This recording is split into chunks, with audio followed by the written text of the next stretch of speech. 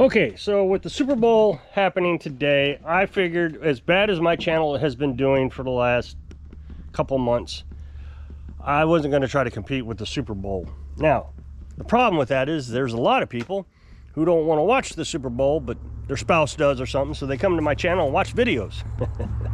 So I'm a little torn, but I know I won't get enough views, and the thing is the ad revenue would be down, and there's just no reason to upload a video today and put in a lot of effort in editing and all that. Besides that, I can get a little bit of a day off.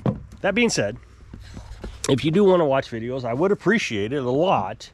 And I know a lot of people don't want to watch these videos. I get it. But if you would go to my other channel, I'll put an up next box at the end of this video to that video. Description, there'll be a link in the description. There'll be a link in the pinned comment. You go over to that other channel and just see if there would be any interest in watching that channel. I'm challenging you. And the reason I'm challenging you is one of the things about living off-grid is you have to push yourself to do things that you don't want to do things that you've never found interesting.